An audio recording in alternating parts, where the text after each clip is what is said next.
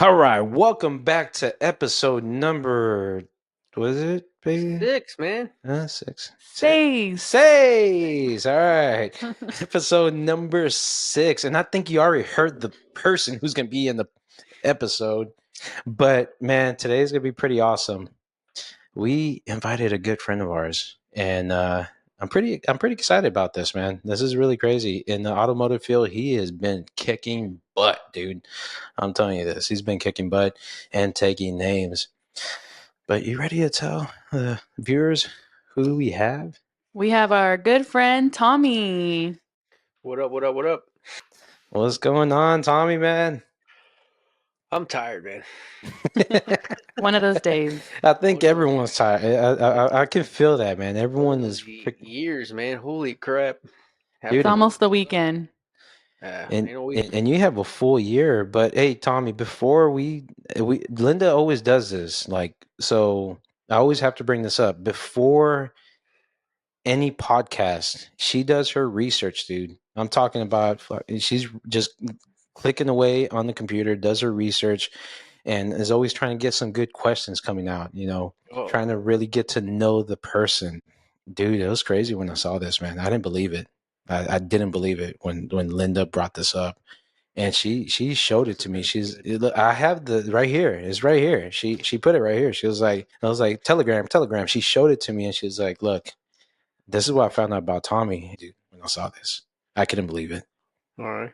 So I thought your name was just Tommy Oliva, and then I found out right here you're actually Tommy Cuauhtemoc Blanco Socorro Alanis Figueroa Oliva the Third. Oh, shit. The jig is up, man. Here,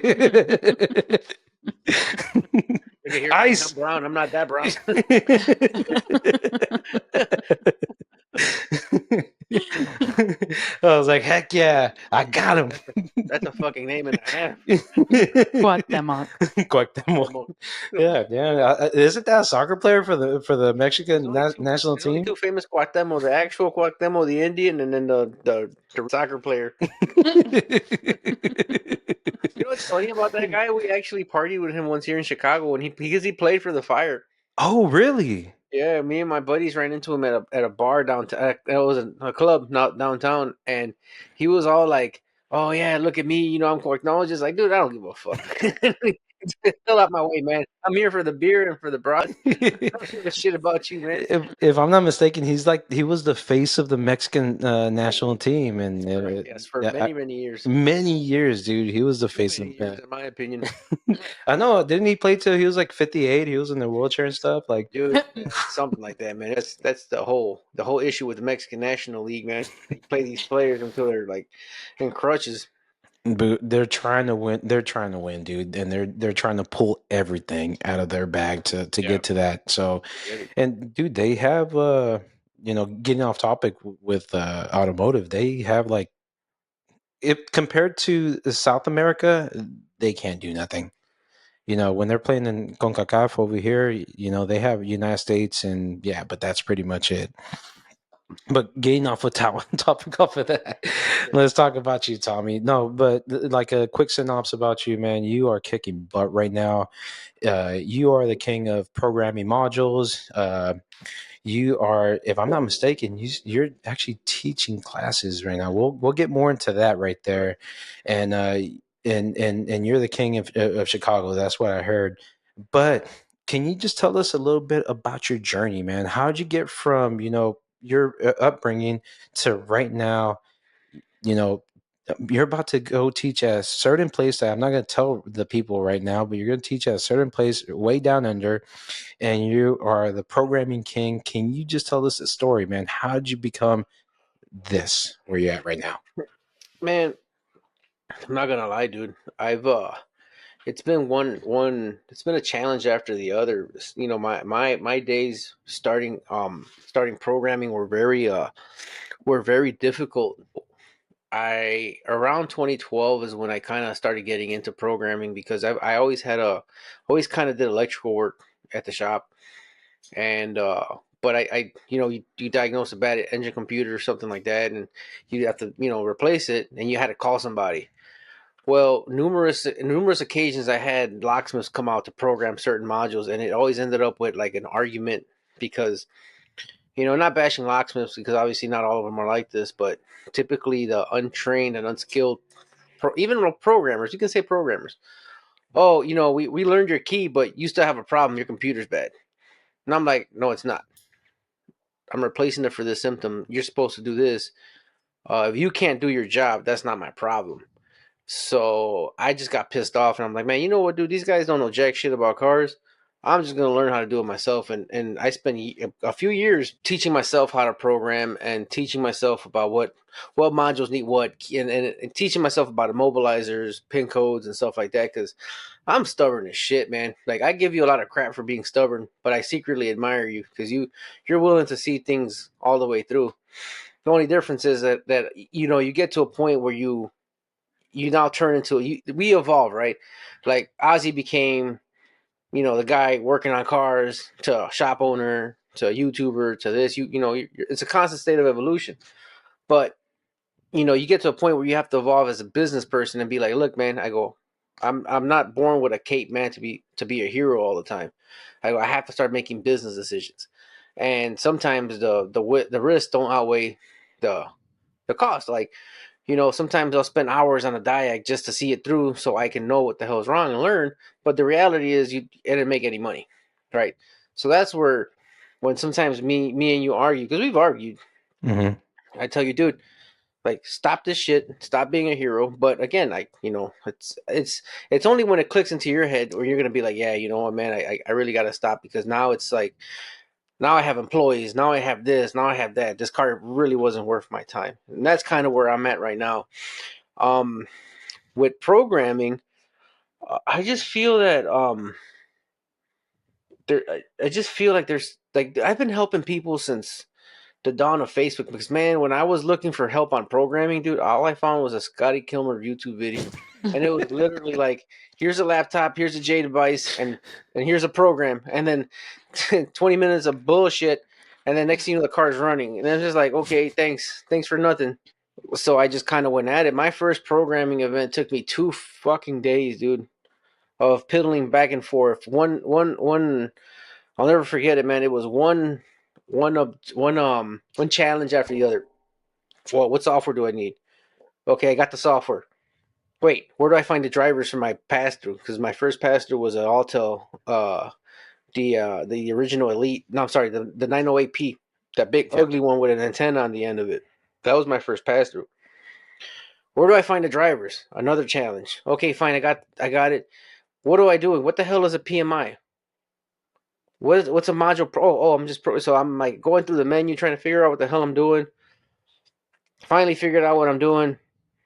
Car still didn't start afterwards. Oh, I gotta learn security. Oh, my car died when I was doing learning security. Oh, damn, that can't be like. So it was just like a challenge after challenge. And I'm still running a business, so it's not like I spent the entire 2 days on it. But I spent, it took me 2 days to complete the task, right? And it was a Ford, so I needed 2 keys, and I didn't know this, so I couldn't figure out why. But nobody really said anything. There wasn't really information present. Well, yeah, again, like I made mistakes. I actually accidentally erased the keys instead of doing a parameter reset. So it was just a fucking nightmare. But I did it, and after that, it was just like fuck this. So when I got to a position, when the Facebook groups came along, I was always willing to help, man. Because, dude, I remember those days, man. All we had back then was IATN, and dude, these guys were fucking assholes, man. Like, dude, if you didn't write an entire fucking soap opera to ask for help, like you were gonna get fucking creamed, dude. So it was just like, fuck that, man. I'm not dealing with this shit. So, it has its benefits, right? Because everybody talks to you, everybody asks you for help and advice, but at the end of the day too, it's like sometimes you have to struggle a bit for knowledge retention. Because if you want to piss me off, man, ask me the same question within 2 weeks, man. That'll fucking grind my fucking gears, dude. If I answered your question a week ago and you get the same vehicle and you have the same issue, and then you're asking me a question again, then I'm pissed. I'm like, dude, I literally just told you this. I'm not fucking Identifix, man. Like, I'm taking time out of my day for free. Fucking write it down. Like, create your own resource. Do whatever the hell you have to do, but don't fucking call me for the same question. But other than So, that, mhm. so Tommy, one quick question. I know a good amount of people that watch the podcast and so on, they've gone to trade school. So I know that they don't teach this in trade school.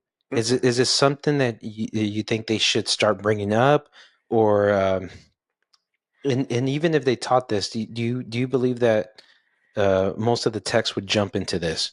Because like, go ahead. I feel that we as an industry, man, we hold ourselves to some weird standard, but yet we don't showcase our the cool stuff of this industry, right? Because I still like programming. I still enjoy it. Like I still think it's fun. I still think it's awesome that, you're kind of like a hacker, in a sense. And especially the used module shit. That's my fucking man. That's my kicker, dude. Like I've always enjoyed the used module stuff because um I really didn't think it was weird, right? And then I'll get guys like, dude, you know who actually started calling me the used module kings? It was fucking Keith Perkins. So and I just I never knew it was such a niche, dude. Because, bro, if you guys don't know, man, but I'm from the west side of Chicago, like literally northwest side. My shop's in the west side. Um, it was a really relatively low income area, very bad. But it was always kind of on the lower end, and so everything was used. Everything like, oh no, we don't have money for a new one. We have to. I had to always figure out how to get something used to work. So that's how I got my start with the used module stuff. And even now, when it's becoming more difficult, it's just more of a challenge to me. So for someone like me who knows nothing about automotive, can you I know I've seen a couple of your videos where you're working on a computer. Is that the used modules that you're working on? So, like, yeah, most of the modules that people purchase from me are either used or there's some that I've repaired and then resell. Like I sell a module to somebody and and then I get the core back. If it's a high value module, then yeah, I'll go over and I'll fix it and then I'll resell it. But typically, most of the stuff I do is used. And the difference with me than other like other organizations, other businesses, is that I offer true plug and play solutions for the most part. You don't have a mobile guy and it's a module that typically it can't be easily cloned, then I will provide you with a pass-through device and I'll finish the job once you got the vehicle. I've shipped out laptops with J devices. I'll get a module. I'll give you a solution. So that's so yeah. In a nutshell, I offer true one-on-one service, like plug and play at the easiest amount of work possible for the shop owner.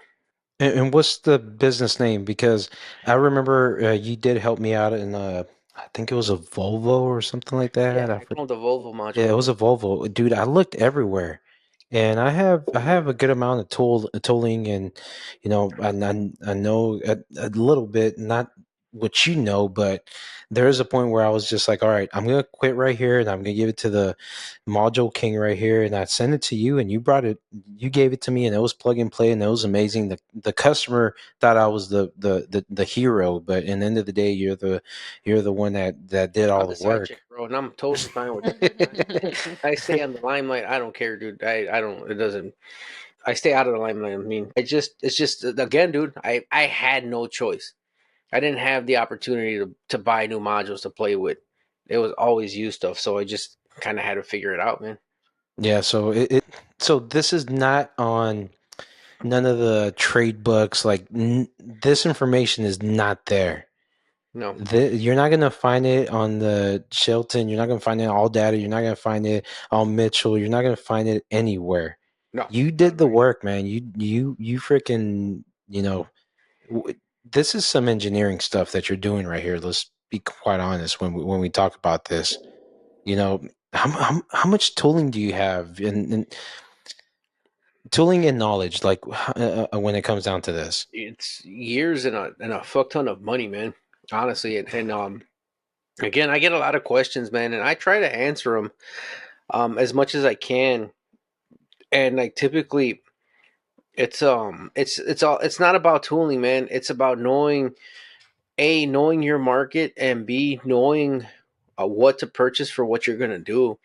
Like I know a lot of guys who went really deep into spending all this money on on used module solutions, on cloning solutions, but yet they didn't have the market for it. There has to be a market for you, honestly.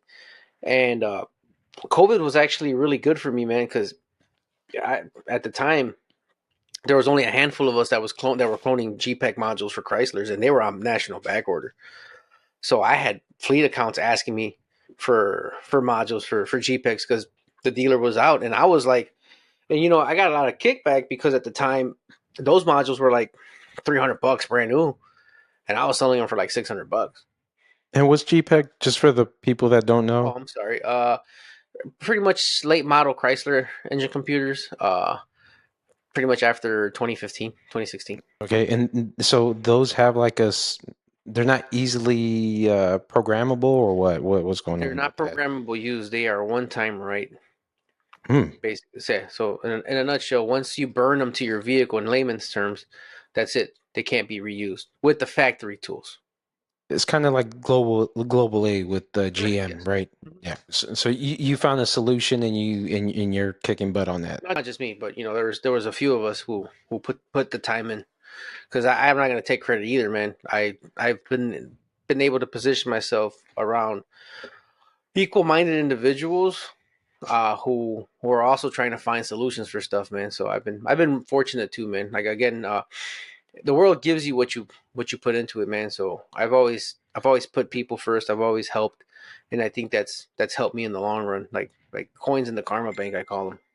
No, but for sure, man. End of the day, it's kind of good or kind of fun meeting someone that knows the struggles or knows what you're going through. So, like, even in diagnostics, I feel like when I've talked to someone and they understand me when we're talking about diagnostics, pretty sure it's the same way with you. Whenever you talk to someone that knows about, board level programming and all that, it makes it more exciting knowing that there's someone out there that does the same thing as you do. Oh yeah, definitely. There's networks for everything, man. Diag programming, um, module board level work, and there's levels to it, man. I'm still like touching the surface of a lot of the stuff. I really wanted to get deeper, but man, honestly, dude, it's not really worth it in terms of um return of investment terminology, right? Like I can sit there and spend like another year or so learning board level, learning how to do diagnostics and stuff like that. But dude,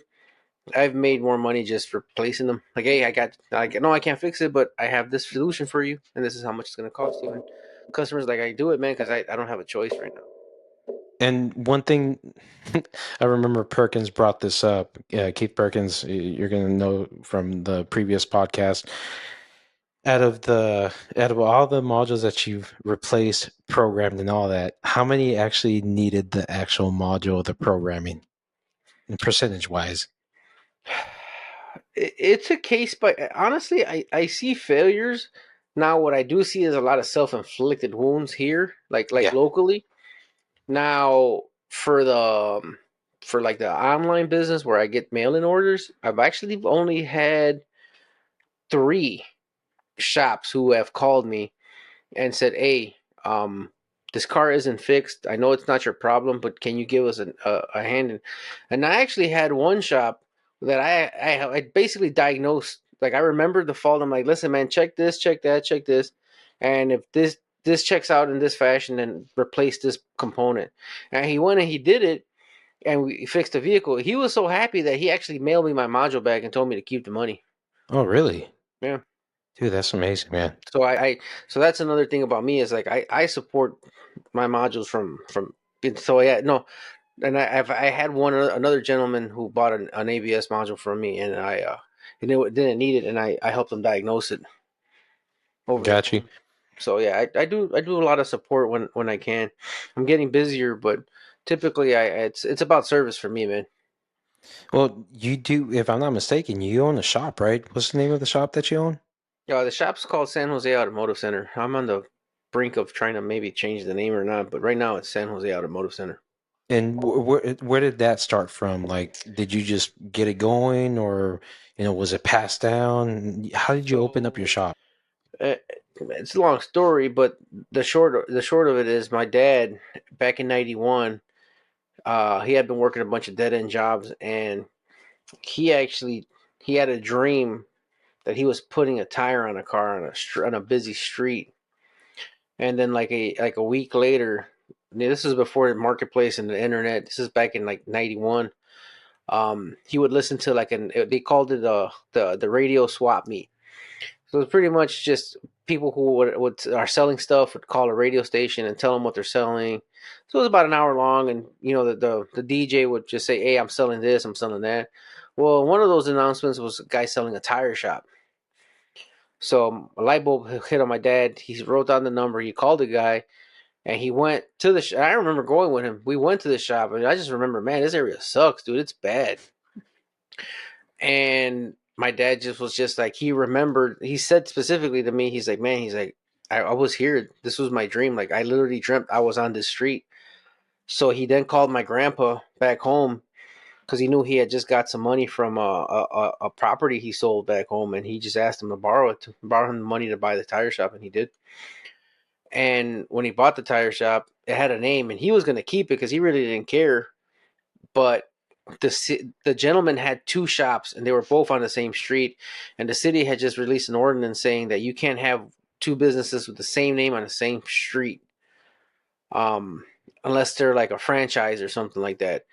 And so then he just was like, okay, well then they were like, so you need to rename it, and his name is Jose, or was Jose. So he named it after his saint, San Jose. So San Jose Tire Shop. That's what he. That's the only name he can think of at the moment where he was there trying to fill out the paperwork for his business. So it started with that. In 2008, he decided to step down, and we came to an arrangement, a monetary arrangement for me to take over, but yet still pay him a percentage, so he can live comfortably. And I took over, and then by 2016, I just decided that I didn't want much to do with tires anymore, and I turned it in, and I changed the name of the business to San Jose Automotive Center. I changed the paperwork, the legal stuff, and but when I was trying to change the work, I had a bunch of names. Like I wanted a professional sounding name, or like our parents would say, like a white people name, and I was like, man, yeah, I'm trying to find something else. I don't like this name, San Jose. As everybody says, oh, you from California? It's like it's always the same shit, right? Because at Mhm. this time, I started going to training events, and everybody's like, oh, what part of San Jose are you from? I'm like, oh man, I'm Chicago. Oh shit. Well, why is it San Jose? I'm like, and I would have to tell them the whole story and shit, and I was just like, man, I'm getting tired of this. So, but I sat down with my mom. She's like, you know what, man? At this point, we've been here for over 20 years. She's like, the name always means something, and you should try to keep it, and blah blah blah. And I was like, man, I think she's right, man. So yeah, so then I just said, you know what, man, San Jose Automotive Center. That sounds better.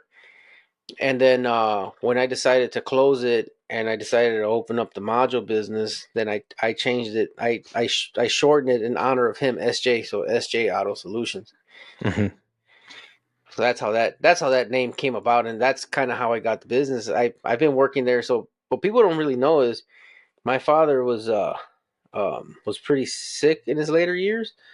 And by the time I was 12 years old, I was fully involved in the business on the weekends. Like I was able to do everything that needed to be done. And he felt really ill. He was sick for a few years. So I had to step up, and my mom would take me from school to the shop every day. So I worked 7 days a week, and I went to school since I was 12 years old. Wow. So Damn, yeah, that hustling. area is my life. Yeah, that's beautiful, man. So you have, if I'm not mistaken, you have, uh, so you have San Jose SJ, you have programming, and then I didn't even realize this until I took the class. I went to STX, and I'm I noticed a name right there. I noticed that the big old name right here, Cuauhtemoc Figueroa Socorro Alanis. Uh huh. And then I was just like, hey, man, he's teaching a class. And I was like, holy smokes, I don't know if I've ever heard Tommy I've never seen him in a certain teaching environment, but you also teach, dude. This was crazy. And the first class I took, you said it was your first time teaching, hmm but you were kicking butt. Can you tell us more about that, man, please? Look, man, one thing about me that I can tell you is that I've never really been a fan of following people, and not that I'm not a good follower. I've never been a fan of doing something that like and it's like I kind of just like forming on my own path, right? And there's no knock to everybody because there's you know how many fast food places sell burgers? Fucking hundreds of them, right? Like there's dozens of fast food chains. They all sell the same shit, but different, right? So I just wanted something to carve my name and something that says, you know what, this is mine, and I did it. Because programming is programming, and then when I decided to teach that I wanted to teach, I felt like I really wanted to give back to my heritage, my community, and I noticed something going to a lot of these shops. People like my father, uh, and I'm not sure about your dad. I never had the pleasure of meeting him, unfortunately. But people like my father were very intelligent, man. They weren't educated. By what I mean with that is because I sit here and say, man, I had a hard life, but my dad had a hard life, and he had to feed six girls and he was the only boy out of seven children, so he had to work. So my father only had time to go to school to learn how to read and write and back to the fields. So, but he was very intelligent. Like, he was very smart. He was able to. He immigrated here. He made a life for himself. He's self-made. It takes a certain amount of intelligence. So I noticed that there was a lot of shop owners like that, but they didn't really have the background to be able to go to the next level. So I mixed that with the questions that I was asking at the beginning. Like when I started programming, I'm like, man, dude, like if I were if I would have written a programming class, I started jotting down notes one day. How do I want to write a class? Well, okay, I just ask questions. And if you remember in my class, I just ask questions, right? What is programming? Why do we need a program? What needs programming? What tools do I need? Where do I find it? That's why. That's why my class was written in that format. Because I was I was answering the questions that I asked myself when I was getting my ass kicked on that fort. Why? Why? So the reason why my class I felt was successful was because it didn't really I don't feel like I intimidated everybody, and I felt like I was able to communicate with everybody, because that's really one of the biggest issues with Spanish training. It isn't the training, it's just the translations are trash, man. And I know I might get some flack for this because you're not supposed to tell the truth, you're supposed to be political. But no, man, Spanish training right now is just poorly translated material that isn't really that great. And I said it and I'll say it. It is what it is. It's the truth.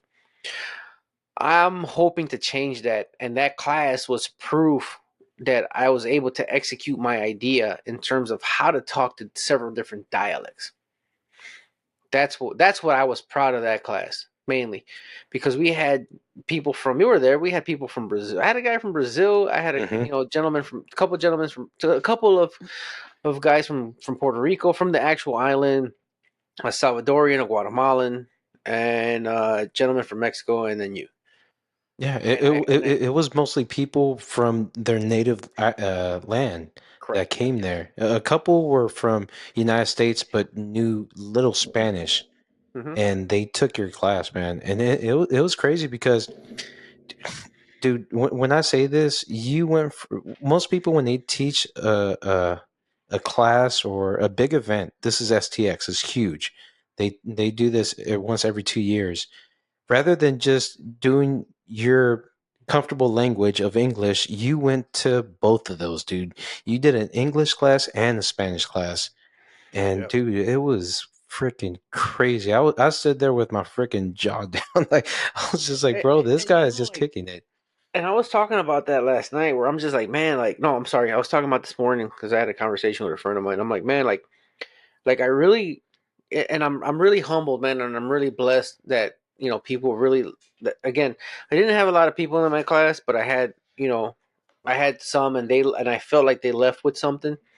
But the Spanish classes to me were the ones that hit home the most, man. I enjoyed them. I had a lot of fun, had a lot of fun teaching them because it was a level of I'm trying to, as stupid as it sounds, I'm trying to recreate that feeling for somebody else when I first went to Vision. I've been chasing that feeling ever since I first went. Where it's like, wow, this is it, man. I can come back and I learned something and I'm better. And that's what I wanted to. That's the feeling I was trying to produce in my students. Um, I'm not opposed to teaching English. I felt like my English classes went pretty well. Um, the only difference is I just didn't feel that wow factor because of the type of class that I taught, man. Because I'm also like I don't split hairs, man. My class is designed for somebody who never touched the computer, never really wanted a program for X reason, right? Like, oh, I don't have money for tooling. Oh, it's just easier to hire somebody. Oh, whatever reason, right? It's just cheaper to sublet. So in my class as well, if you remember, I also give guys a reasoning. Like, okay, why should you do your own programming? Well, because you don't have to wait on a mobile guy if he's too busy. You don't have to keep a bay tied up. You don't have to tow it to the dealer if you don't have any mobile guys. Employee retention. The guy who has tooling and training and said tooling has a better chance of retaining an employee versus the shop that doesn't want to invest in tooling because that just makes their job more difficult. So we go over all those points, and yeah, it was very well received. And a lot of the guys in my English classes, a lot of the guys, most of them actually had programmed before. So not gonna lie, it intimidated me a bit because I'm just like I was too focused on like, damn, they're wasting their time, right? So I'm just like, oh man, I'm trying to figure out how to wow people, and then blah blah blah. But by the second hour, I'm like, you know what, man, this is a class I taught. This is a class I presented. Let's so be it, man. I'm just gonna do my best to keep people involved and ask questions and talk to people, um and that's kind of where my stuff stands out because I want people comfortable with programming, and I also wanted to show them that it's not that bad. Should you be doing a BMW for your first time? No, definitely not. But GM and Ford, there's kind of no reason why you shouldn't, and that's why I started with those two. I'm adding to my catalog as we speak, but for right now, it's GM and Ford. So, how important to you if someone came up to you and said, "Hey, Tommy, I'm trying to better myself and do this, and that, try to become a better person or better technician." If they come up to you and they say, "Hey, what do you think about training? Like, should I go to these events?" What would be your answer right there? That's a tough one, man, because I I'm a little biased on that one, so it might sound biased. I The last few training events I attended, and again, it's no knock at the training, but it's more of a knock at me, um, because you reach a ceiling, right? And that it's like being a child and faith, right? A priest once told me that the older you get, like you all right. So you're a child, right? And you have a cup in your hand, right? And it's a little cup because that's you as a child, right? So you pour a little bit of water in it and it fills up, and that's faith. The water is the faith. Well, the bigger you get, that bigger your cup gets. So that same amount of faith doesn't fill your cup. So I feel like it's the same with training. Like I came in at a certain level and I left at a certain level. So now it's that those feelings and those oh man, that's dope. Those get harder and harder as the more you train. So I tell people if you're starting off in this industry and you want training, then I feel like you need to research your specific uh your target, right? So if you're trying to go if you go to a training event like for example, right? Like I'm not gonna go to Bimmers to learn how to program a Toyota, right? Like it's like at least for me, right? Again, I'm not knocking it, but I feel like if you're going to Vision, then you should take the classes where your weaknesses are. So that's what I'm saying. I feel people need to research more so they get more out of their investment, right? Because at the end of the day, it's easier for people who are employed and have potential days off, or they have a good boss that's willing to pay for them to go there. But guys like me and you, dude, it's hard, bro, and it's getting harder for me to leave my shop, and again, because it's not now just me leaving my shop. I have a crew there; they can pretty much handle stuff. But now I have the two other businesses, and now I'm screwed until I get back. So now it's no income. It's the extra stress of leaving and coming back, plus the investment, hotel, travel, food, and then of course beers with the guys, and you're going to restaurants and you're eating and all this other stuff. So yeah, man, it's expensive, but I say everybody should do it especially for the networking, man. Like if you're starting out and you don't really have a solid network of guys, that's where I shown the best, in my opinion, is networking and learning how to network with people, and helping out, and being able to be a sounding board, as well as creating opportunities for people to chat and talk. And I think that's when I get to my age where I'm out of the industry and I'm retired, I'm gonna look back on it, and the two things I'll be happy about is that I feel like I was one of the first ones to reach out and get people chatting with each other, networking on a social media level. And I feel that the way my Spanish training is gonna go, I think I'm gonna be successful. I'm pretty humble, but I feel that I have the right formula. It's just getting my name out there for right now that I'm gonna have to work on. And you're getting your name up there, dude. And I alluded this in the beginning, but you went from STX, and you're teach. I think you're teaching. You're teaching for someone else, for a company, right? And then as Tech. well, dude, you're gonna teach in freaking Australia, man. Yes, sir. Dude, They, dude, I sat there for like 10 minutes after I got the message. I'm like, dude, I'm still just a fat kid from Chicago, man. And, I still remember like yesterday we were selling used tires out of my dad's little shop and I'm going to go teach in Australia. And it's a huge honor. It's a huge blessing. Um, I, I got picked like I said, along with Brandon Steckler and Keith Perkins. I thank Brandon for making the introduction, and like we talked back and forth with the people from the sponsors of the organization is called AAAA, so they call it double A. And yeah, man, we're next year in June we'll be down there teaching That's programming awesome. to. Yeah, I'm super excited. I'm super excited. I am not excited about that flight, man. Oh crap. But I've been we're friends on Facebook, but I've been keeping up with like your progress on your weight loss journey, and it's been Oh, thank amazing you. to see. I'm super impressed. Like it's awesome. I listened to the podcast you did with Sean Tipping. Sean Tipping, and just I remember listening to you talk about how your health kind of had you take a step back from your shop, correct? Hmm. Um and now that you've completely changed your lifestyle, how do you feel like, like it's like incredible because I feel like your life is like changing so much. Like you're killing it right now with everything that you're doing right now. How do you feel like changing your lifestyle has affected your career? 100%. Honestly, I this all started like everybody knows me as the clown and as a jokester, but I'm very shy. I'm a very shy person.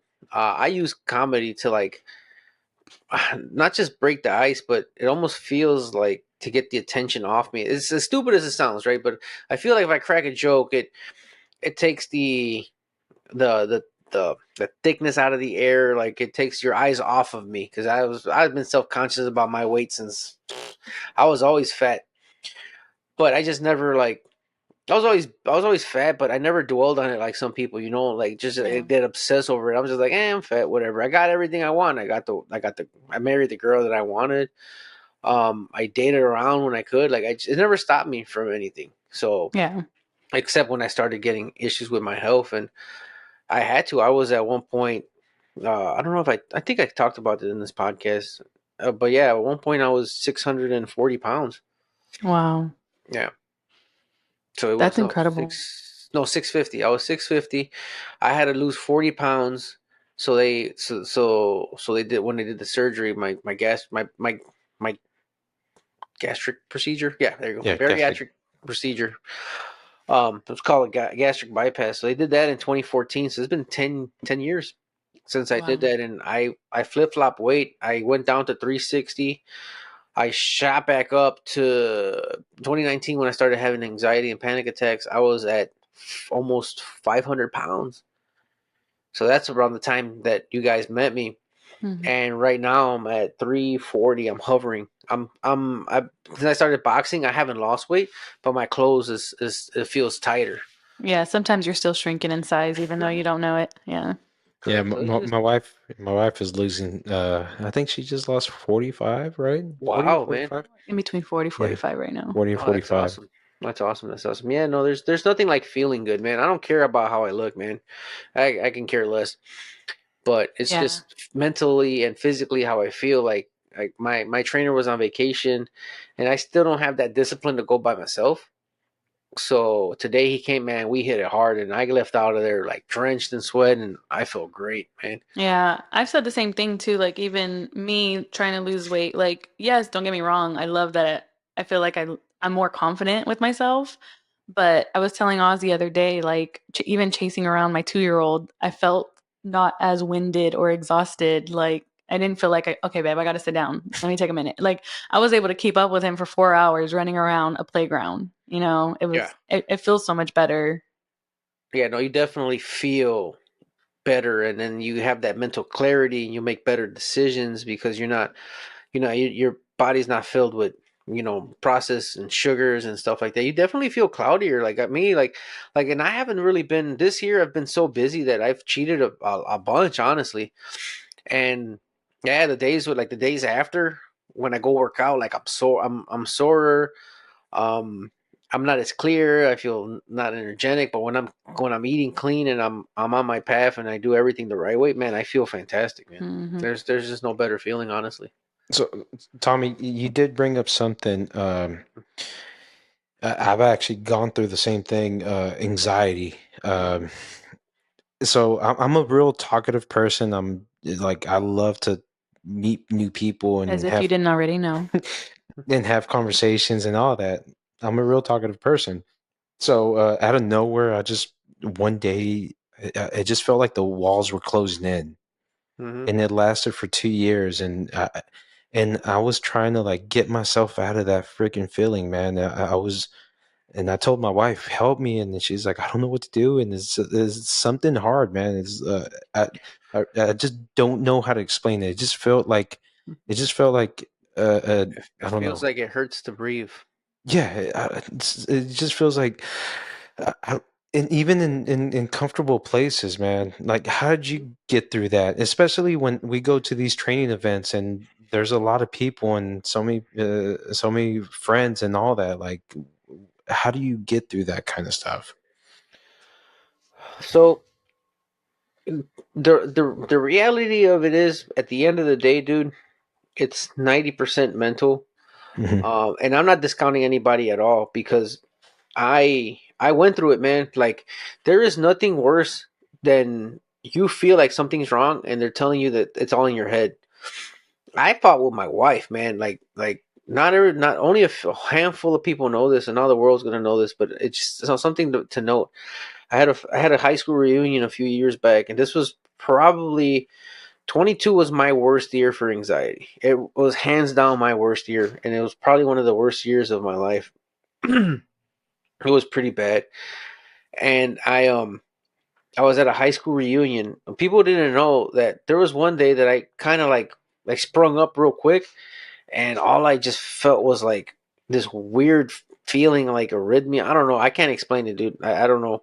But man, I just remember I freaked the fuck out. I ran upstairs. I went to the couch. I called my sister, and I just felt like my heart was flip flopping, and it was just weird, man. And the next thing you know, it just boom, it just went away.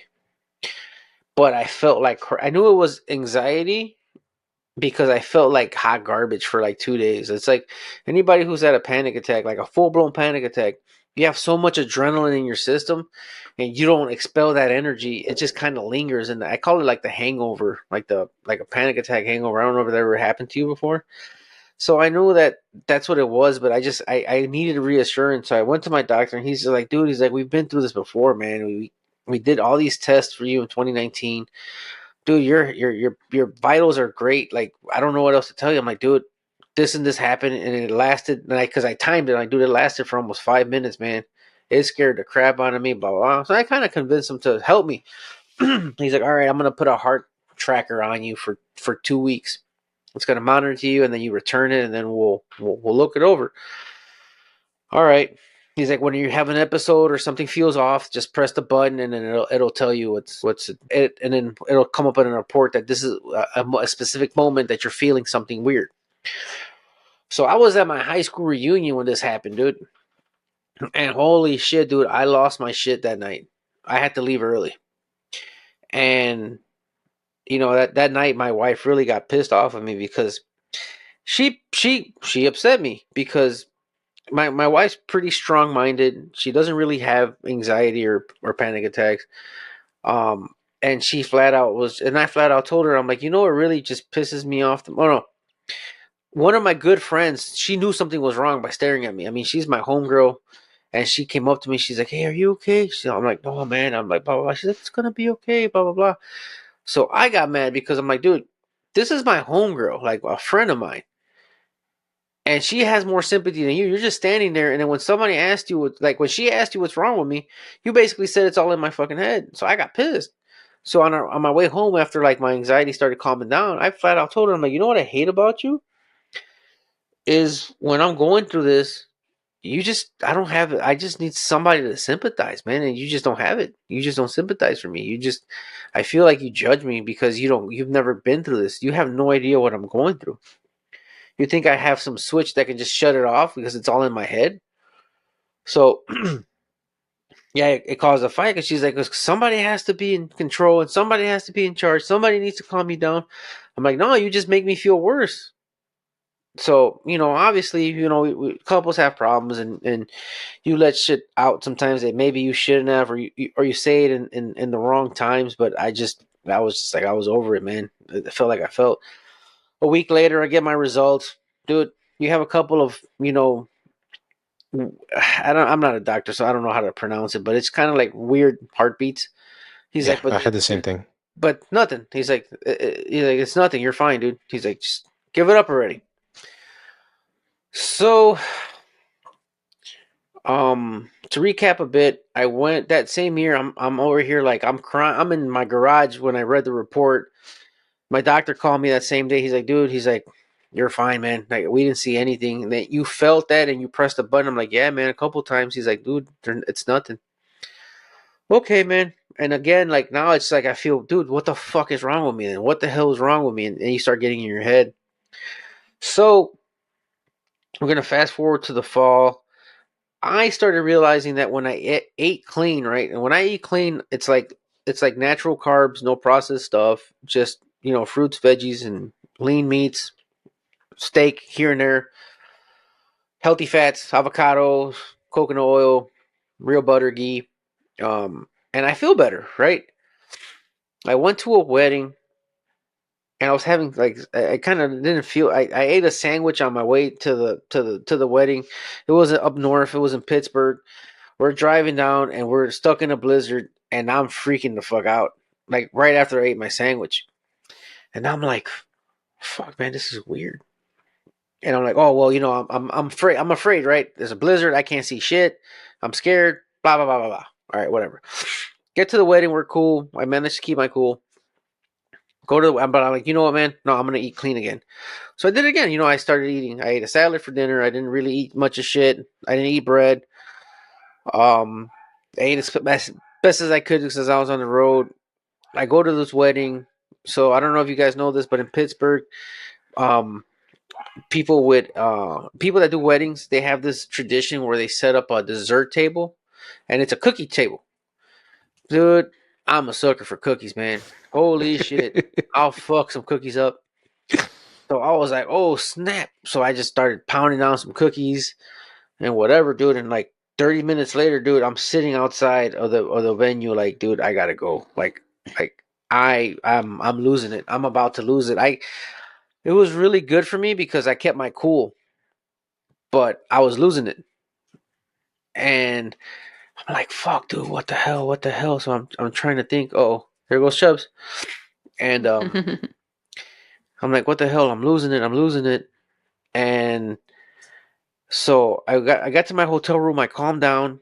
I'm like, okay, that's good. That's good. So I just started reading, man. Honestly, I just started doing a lot of reading, and I decided to do this FODMAP diet to help with like IBS symptoms. Mm-hmm. Because I figured like, all right, it's not my heart, dude. It has to be my stomach then. Because I started thinking, dude, I just ate a bunch of fucking cookies. So I did the FODMAP diet for 3 weeks. For those who don't know, the FODMAP diet is pretty much non-allergenic food. No processed grains, no grains, pretty much no grains. It's just basically meat and veggies for 3 weeks. That's it. And then you start slowly introducing uh, dairy, gluten, uh, casein, which is in dairy and some other products and stuff like that. I think that's what it's pronounced. And dude, I ate me a croissant sandwich, a big stupid ass croissant sandwich, dude. And like half an hour later, dude, I'm in fucking tears, dude. I was like, oh shit, I'm losing my shit. So I'm like, dude, it has to be bread, man. So I called the wife. I'm like, dude, I'm going gluten free.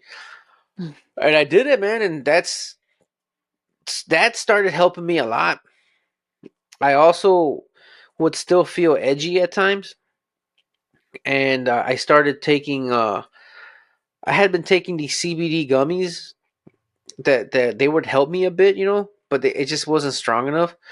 So then I started researching it, and the same company had it in like a little battery, like a vape. Mm-hmm. So then I said, like, well, what the hell do I have to lose? So I started using that to help me calm down when I feel too anxious. So that helped me. That kind of progressed to the next level of, okay, like I still don't feel well, but at least I'm not losing my cool. At the end of the day, like I'm still here. Like nothing's happened. I'm still here. I'm still kicking. Um, this is 23. So 23 was a great year for my anxiety. I kept clean eating. Everything was good. I still felt kind of off, man. I don't know if you know what I'm talking about, right? Like you're still not clear. You're still not perceptive. So to answer your question, man, do you really want to know why I feel like I've been so successful this year? Um, I've been microdosing mushrooms. Mm-hmm. I started microdosing in January when I came back from Guatemala. Because this year my trip to Guatemala was very healing, but also I still noticed that I would get in my head a bit, and and saying that, man, it's a lot about like your your thoughts and your energy. Sorry, can also can also portray things, right. I'll give you an example. If you're afraid that you're going to get hit by a car, typically what do? You avoid going onto the street. So if you're afraid of, let's say for example, for me, right, I didn't work out for 4 years, dude, because I couldn't stand the fact that my heart rate was elevated. Totally normal. Nothing's wrong with it, but it's mentally, right? So Yeah. I started digging into like mental stuff because again, man, I tried medications and I don't knock it one bit. Everybody's journey is different. They just didn't mesh with me. I didn't like it. So I'm like, okay, man, there has to be something. I started doing a lot of digging into like, how do I change my mindset, man? Like, how do I get these thoughts out of my head that, something's going to happen to me and blah, blah, blah. Because, dude, it's a bitch, man. Once you have a certain mindset, then it's really difficult to change it. So I started researching. I came across a couple podcasts, and then they were talking about how, you know, having stomach, it was like similar to my journey, like having stomach issues was causing all this type of stuff with your vagus nerves, and it was affecting your flight or fight response and your heart arrhythmia at times. So I started like looking into how mentally that does that, what your mentality does for you. And honestly, man, like if you keep thinking about something And that's why a lot of people who say just stop thinking about it, well, they're not wrong. The problem is how, right? If Okay. you're so hell bent on your train of thought. So I started researching into psychedelics because I came across a podcast and they were talking about it. But I didn't want anything to do with it, man, because I tried like weed, because other people was like, oh, try this weed, but it was just too unregulated, man. Like I got not a bad dose, but I got some strong stuff once, dude. I called You the freak fucking out. hospital. I called an ambulance, bro. I Oh lost my wow. shit. it, Yeah, I lost my it shit. it intensifies your Your what mind you're state, thinking. Yeah, it yes, intensifies your mind state. but the It other one calms you. But the problem is a lot of the weed out there now is hybrid. So you Mhm. really don't, unless you go to like a really trusted dispensary, you really don't know what you get, man, and in what quantities. So I did some digging, and I was just like, dude, I don't want to try this, man. The last thing I need to do is fucking trip balls on some mushroom, and I end up like doing something stupid, or again another trip to the hospital, right? So I came across the podcast, and I don't remember which one it was, but the guy said something that clicked in me, and he said, think of your brain as a snow packed mountain, and your thoughts are skiers. Well, your skiers are going to go down a certain path, and those are your thoughts. You keep having the same thoughts over the years, then the thoughts form their own little path, just like a skier, right? So what happens next time you have a new skier? It's going to go down that same path, right? Because it's the path of least resistance. It's a path, right? Mhm. So psychedelics, what they do is re they repack the mountain with snow, so you can start forming new thoughts and new processes and new ways of thinking stuff. And I'm a serial procrastinator, man. That's been one of my biggest weaknesses, dude. That I procrastinate way too much, man. And this year I started taking them, and I had told a friend about them. And a couple of weeks after I started taking them, dude, I have no idea what the fuck got into me, but dude, in 1 week I decided I took up boxing. I did my buddy's challenge. I reopened the shop, and I got asked if I was interested in teaching some Spanish classes or STX, and I had some stuff. I had my outlines done, but they weren't done. And they're like, "Well, you have this much time to do them." And then they told me they wanted them in English, so I had to redo them because my GM class was actually written in 100% Spanish. I even put check line in Spanish, and I had all the screenshots. So I couldn't just translate them and copy them over. I had to redo the class. Mhm. And like I said, a couple weeks after I started taking them, all this happened. And I just did it, and I just did it, and I just did it. And my friend asked me, "Oh, well, how do you feel?" I said, "I don't feel any difference." And then that's when it hit me. Like I literally just changed my life, dude. I was able to, cause dude, I've never taught anywhere, honestly, like live. That was your class, the class you were in. That was my very first time teaching anything, dude. And I was like, "Fuck it, man, I'm gonna do it. I'm gonna do it."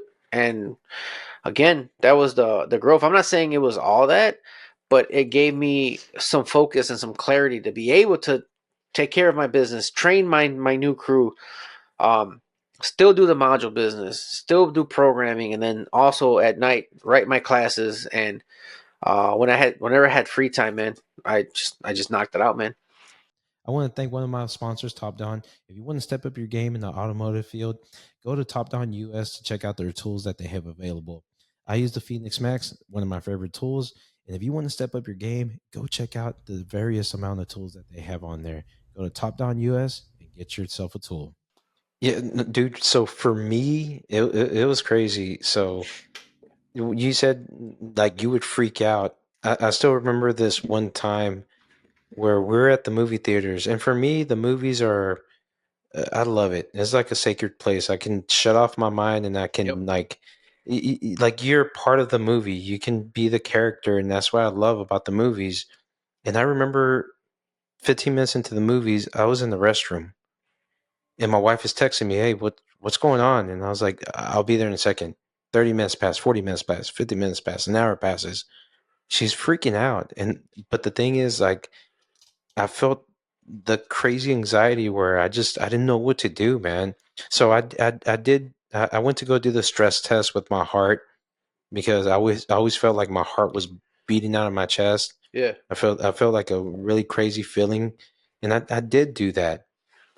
But it was really funny because I actually did the stress test in Mexico because I didn't know how much it was going to be. I don't have insurance, so I didn't know how much it was going to be over here. And I did the stress test in Mexico.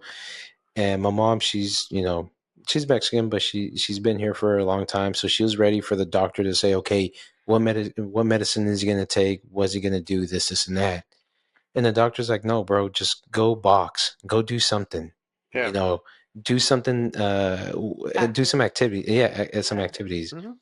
And then through the years, it was funny because, like, the older you get, you start, mental, and I would start getting like stomach pains and all these kind of things.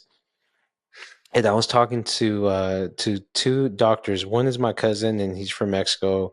And I spoke to this other doctor, and I was just telling them about my issues and so on. And it was just so funny hearing this from my cousin. I was like, bro, like, what do I do? And he's like, bro, you gotta start like doing it with your wife. Like you gotta release some stress by doing that. And I was like, I was like, look at my cousin as a professional doctor, and he was being truthful, man. He like, sometimes you can't say that to your patient, but he's my cousin, and he's just telling me straight up, like, bro, you gotta lay the pipe. That's pretty much what he said. I mean, in a nutshell, right? Like, it really, when you're dealing with that type of stuff, when you don't have the medical, Yeah. assessment. Honestly, for me, yeah, bro, it was mainly all in my head because now that, like I said, I kind of went back to like I don't have my regular diet, but I'm not as strict on myself. And there's days where I get those feelings again, like that used to drive me nuts, and I'm just like, all right, whatever, dude. I'm just gonna, I got work to do. I don't care. It is what it is. I'm still ticking. So your mindset and your mentality, dude, can amplify some of these feelings, dude. And then once that adrenaline hits you, dude, your heart's fucking racing. And then for at least for me, dude, like I was just like, dude, my heart's fucked up, and I'm already obese. I'm about to croak. So then, again, then it became a repetitive cycle. And now that I can think clearly about 22, that's all it was, dude. I was just in one. I was in fight or flight for the entire year, right? Like it was just almost every day. It was something. It was something. It was something. And yeah, it was a miserable year, dude. And again, it was a lot. My dad had passed away. I never grieved, honestly. Um, I I, I still don't think I have, honestly. Because we're men, we're not supposed to grieve, but Hmm. I still don't think I've kind of gotten over it, and I may not. I don't know, but like some of those emotions are really tough to process, and what do? You just go back to work because that's what he would have done. He just go back to work, so that's what I did. And I guess I just didn't I didn't take enough time for me. And that's one thing that's very important nowadays, man, is just something that my therapist taught me was you are a cup, and your feelings and your emotions are water. If you keep if you keep doing stuff with no boundaries and letting people walk all over you, and then just not having these healthy and safe boundaries, you're basically emptying out that cup into other people's cups, and then Yeah. eventually you run out of water. So by setting your boundaries and putting yourself first in certain positions, you will refill your cup. And that's actually one of the reasons why I know I didn't tell this to I think you're the first person I admit this to openly, but a lot of people were actually wondering if I was okay because about a year or so ago, um, I left a whole bunch of chat groups, and I was always there to answer people. But dude, I mean, the reality is, dude, I was broke. I was broke. I was fighting with the wife because I wasn't bringing any money home. I had bills up the ass, and I'm just like, dude, I'm over here fucking taking time out of my day to help other people. Who's gonna help me? And that was very hard for me, dude, because like I told you, like I had nobody, and I always said I will never be that person. But leaving all those chat groups, dude, was one of the hardest things I ever had to do because it just goes against every fiber who I am. I am the nice guy. In therapy, you also learn that you end up becoming that person who you wanted to save you as a child, and that's who I became. But then I just had to realize, dude, who's gonna save me? Yeah. Nobody. So I just said, you know what, dude? sorry guys, but I gotta roll, man. Because again, I would just ignore everybody, right? But then I get pinged, and then my conscience would come in play, and I mean, like, man, this guy's suffering, and I remember I spent 2 days, and it's only gonna take you 10 minutes to help, but dude, 10 minutes here, 15 minutes here, 20 minutes there, 30 minutes here. I'm like, fuck, dude. Like I did the count one day, and one of my guys, one of my buddies, was like, dude, just time all your phone calls, dude. It was 2.5 hours I spent on the phone all day helping other people. I was like, fuck this, dude. No, man, I can't do this no more. I can't do this. I gave my cell phone to the people who I cared about, and I was like, peace out, homies. You guys are on your own. I did enough, and that's why I left. Well, it's good that you took time for your mental health, because I feel like, I mean, I'm pretty sure it's similar for you, but being raised in a Latin household, I feel like your dad and I know for sure Ozzy's dad, their life was work, work, work, work, work. And especially in a Latin household, they don't really believe in like mental health. No. So the fact that, you're kind of breaking that generational curse and taking time for yourself and your mental health, that's incredible, because I know that must have been very hard for you having to deal with all that.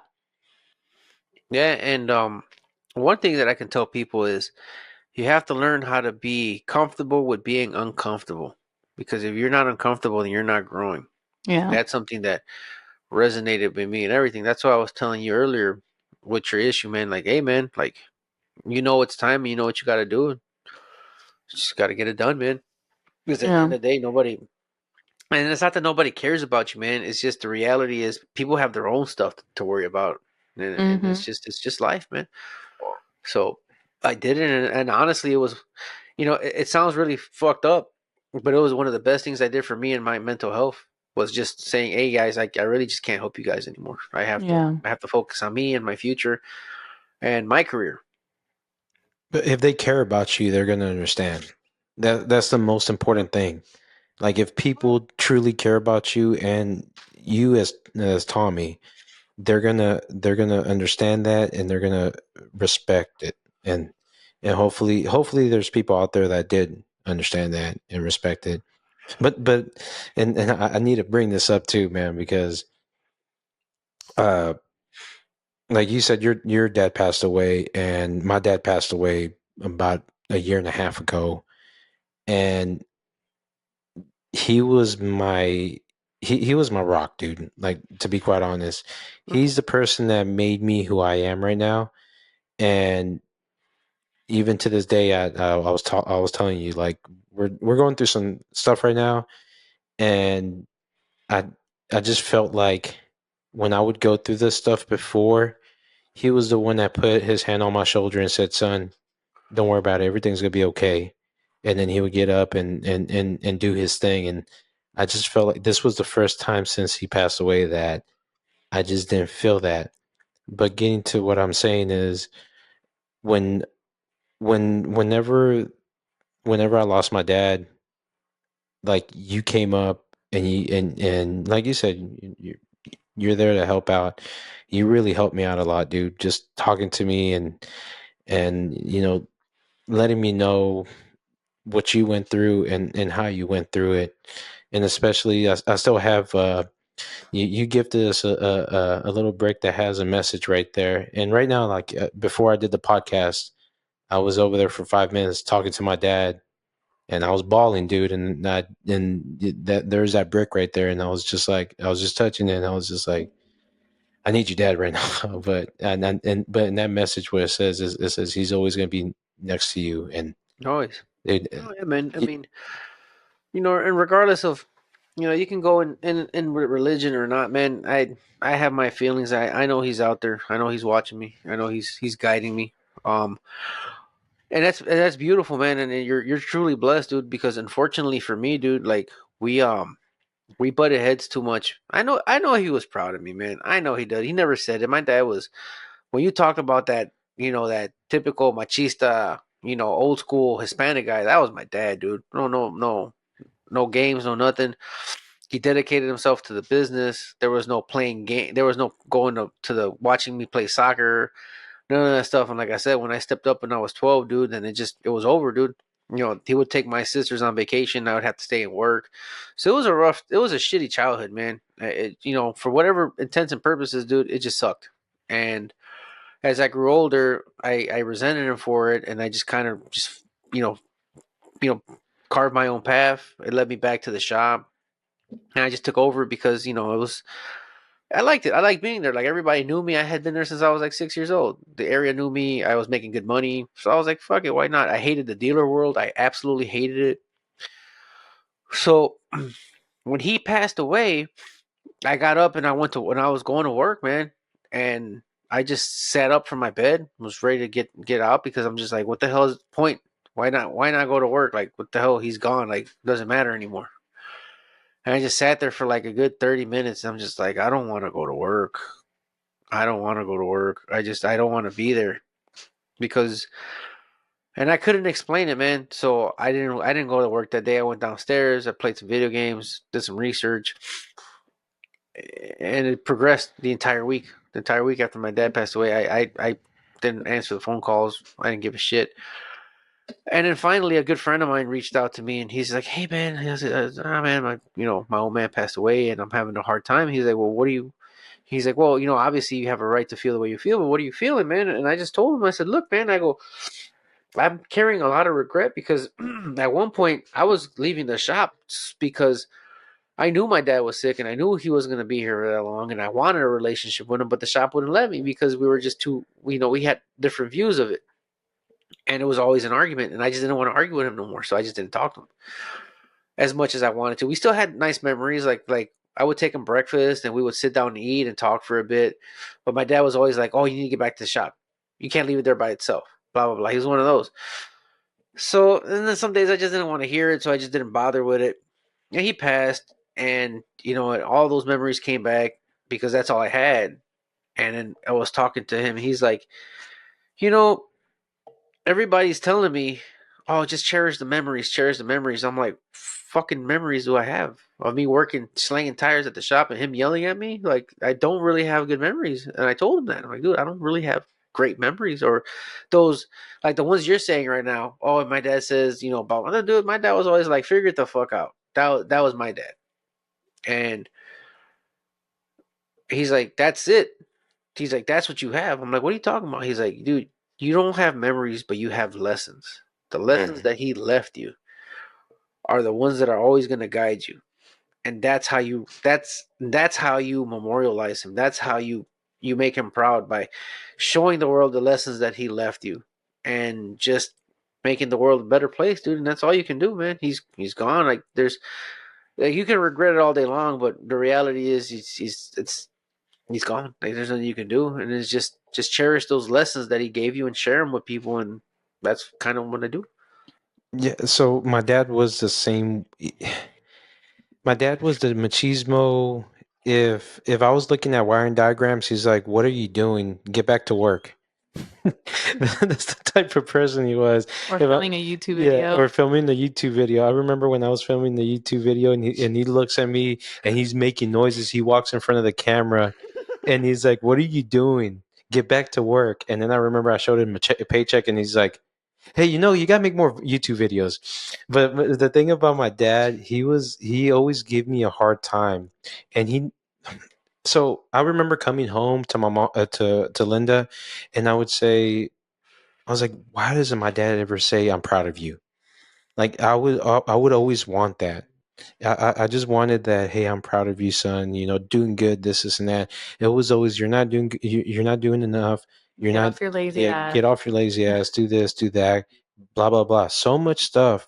But then I would hear my uncles tell me, "Man, your dad's always, saying this is about you. He's just raving about you."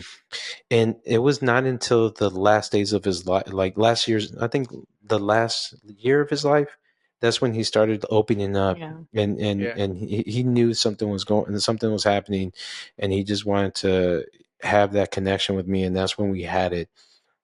And that was the most wonderful time that I had. But then my wife would bring it up, and she's like, if your dad was like that for your whole life, you wouldn't be where you're at right now. So like you said, your dad was beating hard on you, but could you say that you would still be the same Tommy that you are right now No, if he didn't give you that freaking that fire in your stomach, dude? oh And man, my and dad was, dude. Yeah, and to this day, like everything that he taught me, everything that I apply it almost every day, man. Like I went up to visit last year. I remembered him specifically last year.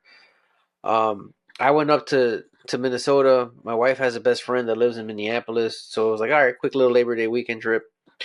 I I go visit Fanslow on my way back to Chicago, and he's like, "Hey man, take this route." He's like, "It's a scenic route, blah blah blah."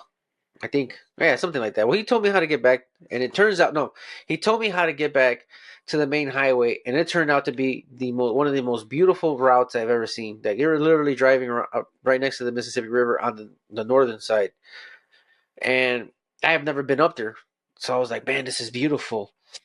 I get to a stop because it was a highway, not an express, not an interstate, and I get to a stop, and I'm like, "What the fuck is that noise?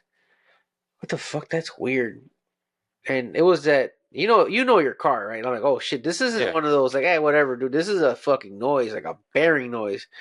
I'm like, fuck me.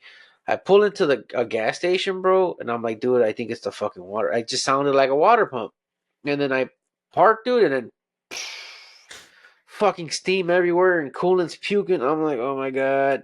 And pop the hood, and yeah, bro, that water pump is just staring at me. And I'm like, fuck, it's pissing coolant. The wife's like, all right, what's the plan? I'm like, I don't know, man. I told her. She's like, well, what are we gonna do? And I'm like, well, we can't do shit now. I didn't bring tools. I didn't do shit. And she's like, well, let's look for a rental, and then we're gonna have to figure out how to get it there. And then she's over here like kind of influencing my thought process, right? I was like, you know what, man? I googled auto part near me. hmm There was an O'Reilly's literally behind the gas station.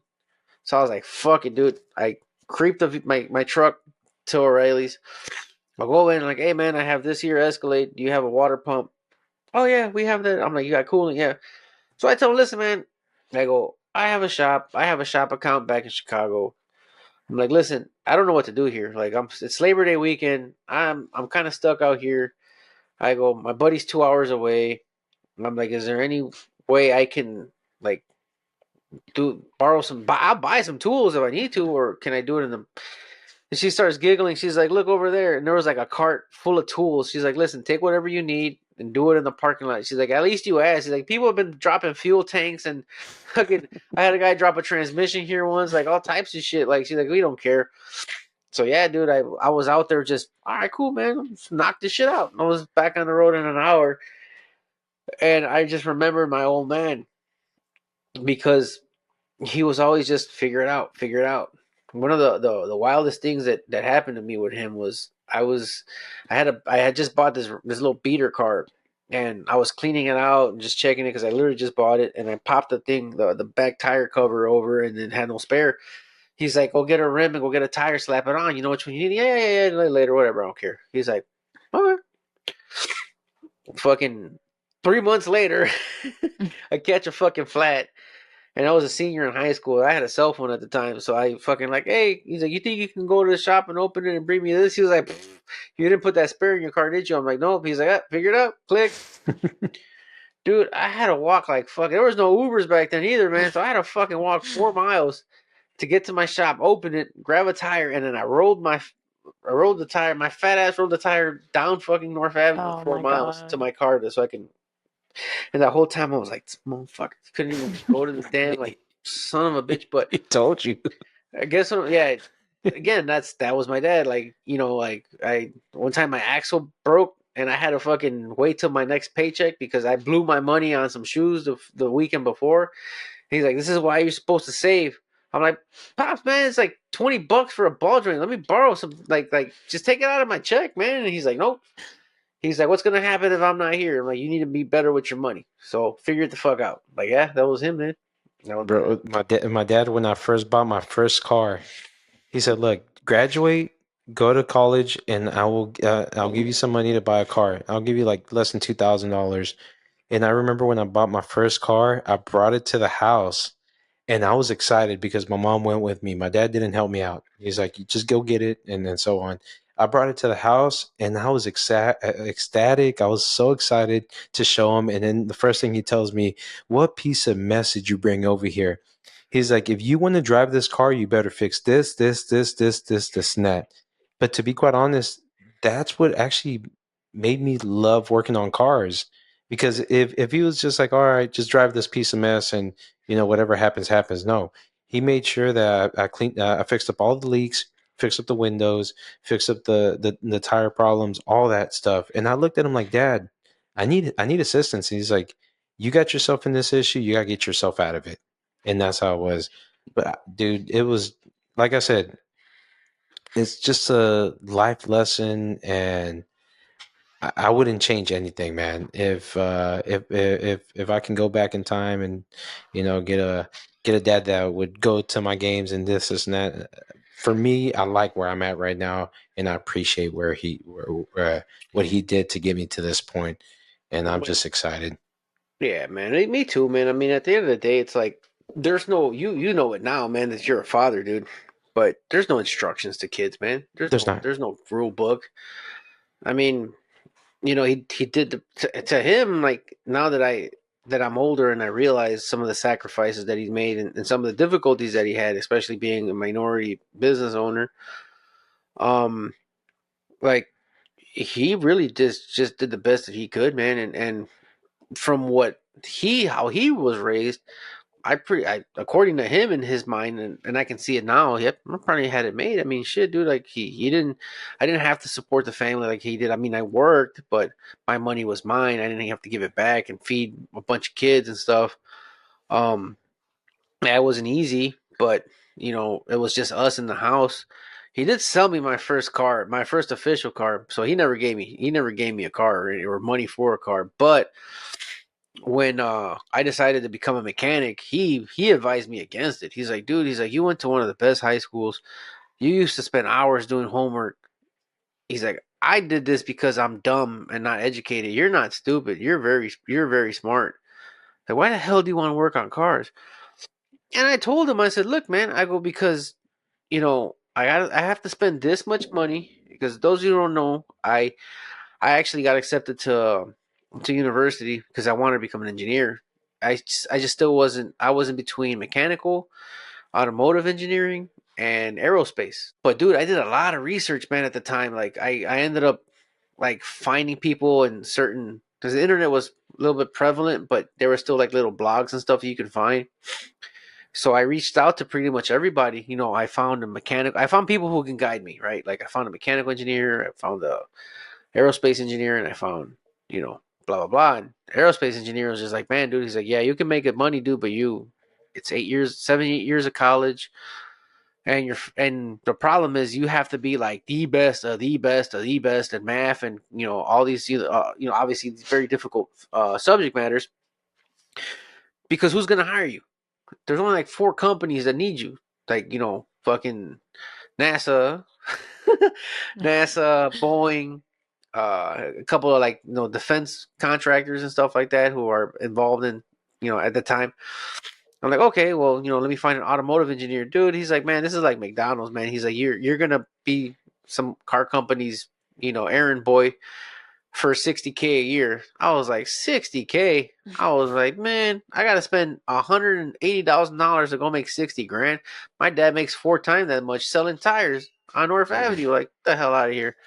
So that's what kind of let me go on. And at the time, my high school instructor who took me in, he actually had me working on cars like professionally, because I had worked on cars like an alley mechanic when I started working on them, because I was fortunate enough to go to this really good high school that also had a technical. It was a technical school as well, so they had a full fledged shop in there, and I took shop for 2 semesters my final year, and we would service the driver's ed cars, our own. And I'm like, man, he taught me how to be a professional. And I was like, dude, I started searching around. I decided to go to UTI, and I also researched technicians. And at that time, before 9/11, dude, these guys were making 120K easily. So I was just like, a few years of wrenching. I like working on cars. I don't like being inside an office. I was like, screw it, man. I'm gonna work on cars. I like it. I like doing it anyway. So that's what I told him. He's like, all right, cool. I started filling out forms for uh for financial assistance, and then I got a good offer from a tire company that they were willing to give me like for every like money every like quote unquote semester, like $1,000. I was like, okay. I started doing numbers, so that means when I get out, I only owe X amount of money, so I'm gonna just hustle. So I told him, hey, Dad, by the time I start school, I gotta quit because I'm gonna go work for this company because they're gonna give me money. How much are they giving you? And he's like, oh, okay. I said, well, you gotta do what you gotta do. Like 2 weeks later, he fucking comes down because I had my room, and his room was on the second floor. So he walked down. He's like, here, man. And I look, and it was a check for my tuition, like the whole tuition. I was like, what the hell is this? He's like, pay off your school. I'm like, but you gotta work with me until you finish. I'm like, why are you paying for my school? He's like, well, I knew you were gonna do something, and I knew I had to come up with money. He's like, I never really gave you much of shit. He's like, but it's my obligation as your father to pay for your education if I can do it. If I couldn't do it, you'd be SOL, man. But he's like, I have the money. He's like, here. Wow. I was like, all right. So yeah, so I was able to go to trade school without debt. Wow. Dude, that's So he didn't freaking give me a, amazing. a bunch of shit. Like he didn't spoil me. I had to buy my own nice clothes. I had to buy my own anything really. But when it came down to it, really, really, my dad was always there. He just wasn't afraid to see me bust my shit and fall flat on my face. But he never abandoned me at all. Even when I moved to Florida, I was homeless, dude.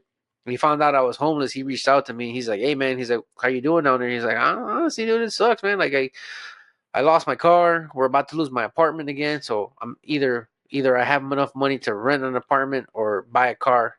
And I think I'm gonna buy a car because I got into a bad car accident. I think I'm gonna buy a car because at least I can sleep in the damn car.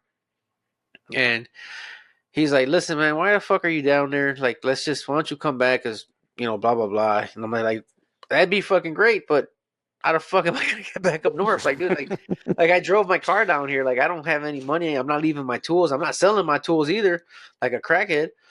So he sent me. He's like, "Dude, he sent me some money. I put in my 2 weeks, and I moved back up north." Dude, and look at you now, dude. Look at you now, man. Yeah. It's Dude. been a while. It's been a very interesting journey, man, for real. Like, Dude, for sure, man. And I feel like just seeing you do what you gotta do, man. You're blossoming, dude. You're gonna freaking kick ass. Like like I said, you went from first time teaching STX to going to Australia, and it's, there's gonna be so much that you can do, man. I'm excited to see Tomi. I'm excited to see your journey and see where you can get to. And then hopefully, man, in a couple more years we can get back and we can mess around and talk in this podcast and just hear more about your story, man. And I'm just excited that you came through, man. Me and Linda, when I brought it up and I said Tommy's gonna be a guest, she was like, heck yes. She was like, yeah, heck no, yeah, man. I've been wanting to do this with you for a bit because I know you're just starting it, and I enjoy talking to you, man. Even though you get on my nerves sometimes, but I mean, well, you just remind me of me, man. You're stubborn as shit, but But I don't mean any harm. It's just no, dude. like I Hey, said, I have that tough love in me because that's how I was raised, man. no, But and if I didn't care, I wouldn't answer the damn phone. no, trust me. When I was telling, I told Linda one time, I was just like, man, Tommy gives me a hard time, but I was like, but he reminds me of my dad, dude. And truly, Tommy, when I say this, dude, I love you, dude. I love you too. On some That's real why I have stuff, you, man. dog. But hey, but man, we're gonna end it off right here, I Tommy. forgot to bring up the eggplant hat. Oh, dude, just so people can see, so we can end it off with here. He's So known as the eggplant king. So So Sean Tipping sent me this. dope ass hat, right? Because when I go down under, I'm gonna throw an eggplant at a kangaroo and see what it does to me. Dude, have you seen those chase me around? Have you seen those fuckers, dude? Yeah, they're like freaking jacked, dude. Just imagine an Australian guy's gonna take a picture of you throwing a freaking eggplant. Yeah, I'm gonna hit him like Mario Kart throwing a banana dude. Right in the head and then fucking run to my rental. No, but Tommy, man, it was a pleasure, dude. I would, man, trust me, if we could, we would probably talk for like 4 or 5 hours because this right now, we're an hour and a half in, and it does not feel like an hour and a half. No, my dad's in, man, and my wife just photobombed me. Sorry. Hey. Well, Tommy, thank you very much, man. And the way, like I always end off these videos, if you do like this video, please put a big thumbs up, and don't forget to hit that little notification bell to get all the brand new videos coming out from Oz Mechanics. Y'all take care. Y'all have a nice day. Goodbye.